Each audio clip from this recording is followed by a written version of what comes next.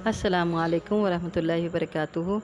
आप सब सुनने और देखने वालों के लिए मेरी अल्लाह ताला से दुआ है कि अल्लाह ताला आप सबको सेहत तंदुरुस्ती वाली, ईमान वाली और इस्लाम वाली लंबी ज़िंदगी अता फरमाए। है नबी करीम सल्लल्लाहु अलैहि वसल्लम की अहादीस से ये बात पता चलती है कि छिपकली जो है वो आग फूंक रही थी, यानी इब्राहीम अलैहिस्सलाम के लिए जब आग को भड़काया जा रहा था तो छिपकली भी फूंके मार रही थी साथ। तो इसी वजह से नबी करीम सल्लल्लाहु अलैहि वसल्लम ने इरशाद फरमाया कि छिपकली को मार दो।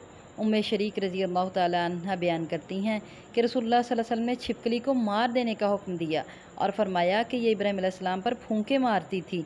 और यही बात है कि हम शुरू से ये बात सुनते आ रहे हैं कि छिपकली को मारने का बहुत ज़्यादा सवाब है।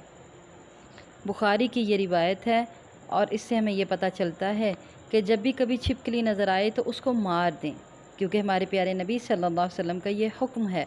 और ये छिपकली इस कदर नापसंदीदा जानवर है क्योंकि ये प्यारे पैगंबर हज़रत इब्राहीम अलैहिस्सलाम पर जब आग भड़काई जा रही थी तो ये इस आग को भड़काने के लिए, उसको तेज़ करने के लिए फूंके मार रही थी।